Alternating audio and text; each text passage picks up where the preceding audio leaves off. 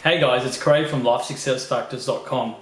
I hope you've been having a great day, and I wanted to take this opportunity to do a video. I've just received a question from a commenter on the blog over at LifeSuccessFactors.com, and it's from Mario, and he says, how do you start on your journey towards financial independence? And firstly, Mario, I just wanted to say thank you for your question today. And that's a really great question. Now, guys, I know that a lot of you are looking to achieve financial independence and you want to make a start basically on achieving financial abundance in your life. And I think that's really great. But the first thing that I wanted to do is just talk about the sort of mindset that is really important to achieve before you can get started on this journey, okay?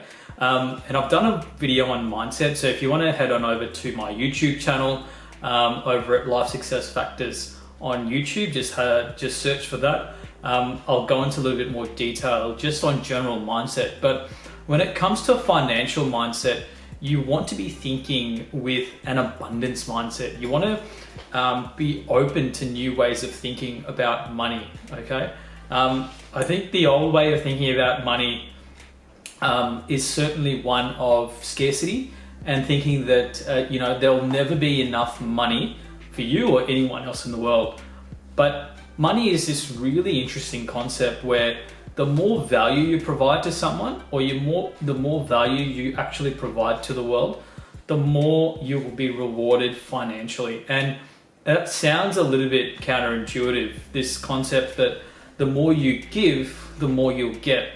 And I think if you take this one step further, if you are truly focused on making sure that everyone gets, or everyone else gets what they need, you will eventually get whatever you need. I can't remember who actually coined that term, but I think it holds true for money. Absolutely. So Mario, I think in terms of your mindset, you've got to be very open to spending money on the right sorts of things, but also controlling where your money goes, right? Now, I've talked a lot in the past about making sure that you've got a budget to make sure that you know what you're spending your money on, okay? Are they the things that you need? For example, money for your rent, your mortgage payment, or food to put meals on the table for yourself and your family, petrol in your car to get to and from your job. So I want you to have a think about the sorts of things that you spend money on, all right? Once you've got a picture of what you spend money on every month, you can start to see how much surplus you've got left over to put towards savings. For example, an emergency fund, and I always recommend people to have at least 6 months worth of savings put aside to make sure that any unexpected events, for example, the one that we're currently experiencing now with the lockdowns and the virus, that you've got some money aside. So, it's not such a big shock when, if you do lose your job, and I certainly hope you haven't, and you've still got a steady stream of income coming in there. So you want to be thinking about how you can use your surplus for that emergency fund, but also how you could use that for general savings, but also putting that money aside and to work in investments, right? Now, the greatest way to build your wealth, right, and accelerate your path to financial independence is through investing your money. Now, you can do this in a number of ways, and there's no one size fits all. And it also depends on the level of risk that you are willing to take. Now, as I say, with investing, there is always a chance that you will lose some money, if not all, depending on the type of investment.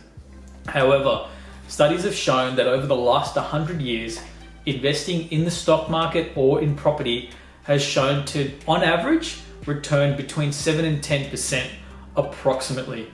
Now, that doesn't mean in every year you will achieve that level of growth. In some years, you might achieve 20% growth. However, in other years, your investment might actually go back by 20, 30%, perhaps 50%. And some of your investment might go to zero, right? So you've got to take a measured, a cautious, but an informed approach to your investing. Okay, and so that's what I wanted to talk about today. Now, if I'm sure everyone's heard of Robert Kiyosaki, and he was the author of the very famous book Rich Dad Poor Dad, where he basically delved into the two trains of thought and teaching from both his rich dad and his poor dad. Essentially, what his poor dad taught was that the best way to be secure is to have a job that pays you a safe salary and gives you benefits, right? But there is no opportunity to achieve financial independence any earlier than the average retirement age, I think, of somewhere between 60 to 70 years old. Now, what Robert Kiyosaki said was that, hey, look, that's one way of looking at financial independence. And what his rich dad actually taught him was that the way to get ahead and to get financially free was to think about acquiring assets so that they derive you an income in the future, right? And one of the examples that he used was something like real estate. Now, real estate is something that's always is often misunderstood, but real estate can be a way that you can build your wealth while also using it to generate an income in the future, so that you don't have to rely on a job to support your lifestyle. Okay. Now, Robert Kiyosaki also has this thing called the Cashflow Quadrant, and if you haven't, and if you don't know about what the Cashflow Quadrant is, it's essentially a way of looking at 4 types of people. Okay, number one, in one corner, you've got the person with an employee mindset. Okay, now this person is basically after a safe paycheck, a safe job. And one where there is not a lot of risk, but that job pays them benefits. Now, the upside of this, or the upside of this approach, is that you are able to go to work every day and, I suppose, have little to no stress about your paycheck, right? So you'll always know that as long as you have that job, you'll have money coming in. Okay. Now, next to this quadrant, you have the self-employed quadrant. Okay. Now, with this quadrant, this train of thought is still very much focused on them as much on a safe paycheck as they can, right? So when you're self-employed, you're still working for someone, right? You're still looking for why you have a little bit more autonomy, okay? And you're not part of a company per se. You work for yourself.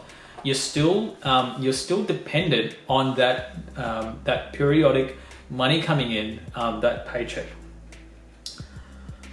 right?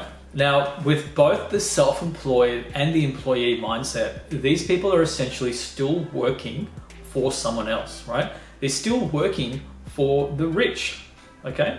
Now, the other 2 quadrants are people who, as Robert Kiyosaki coined, the people who are quote unquote rich.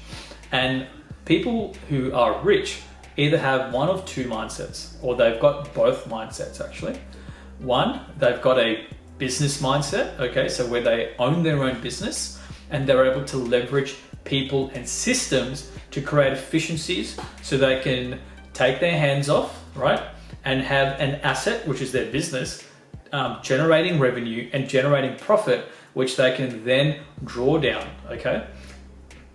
Now, in addition to this, the second part of this this equation, this rich dad equation, is the mindset of an investor. So people who have a business are able to use the excess funds or the excess revenue, basically the profits, to then go and invest in investments, right?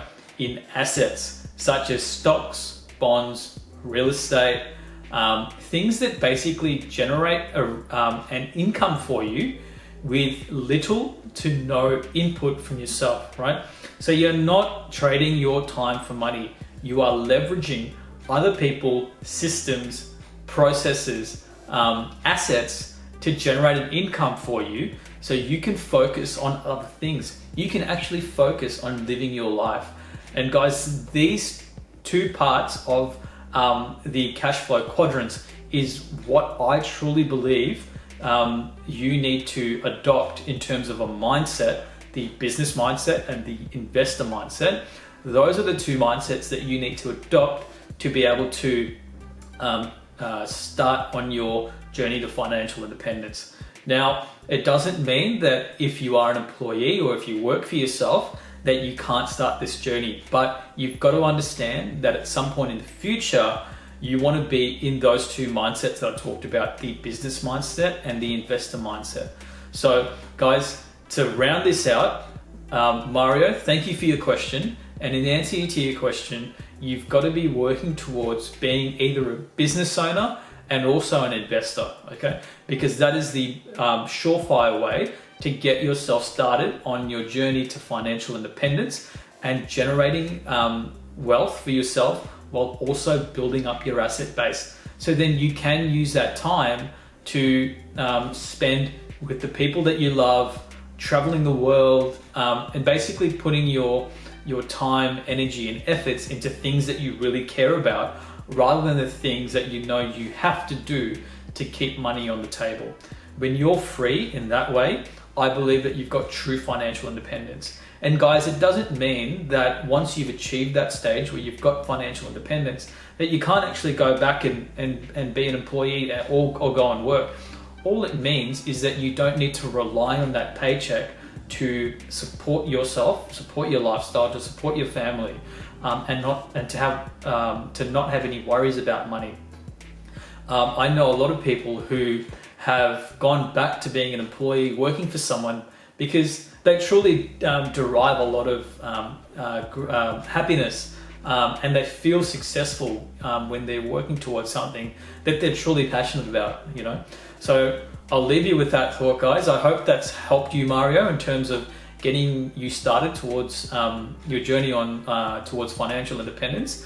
Guys, I'd appreciate if you subscribe to my channel, hit the like button if you like this video, and let me know what you thought about this video in the comments. Do you agree that this is the best way to get started on your journey to financial independence? I'm really curious to know, guys. What are some of the things that you've done to get yourself started or get yourself financially free? I'd love to know, and I'd love for you to be able to share your thoughts. So guys, head on over to lifesuccessfactors.com and I'll have a more detailed look at this topic over there on my blog. And until next time, I wish you all the health, wealth, and success, and keep achieving success in all areas of your life, guys. Until next time, peace.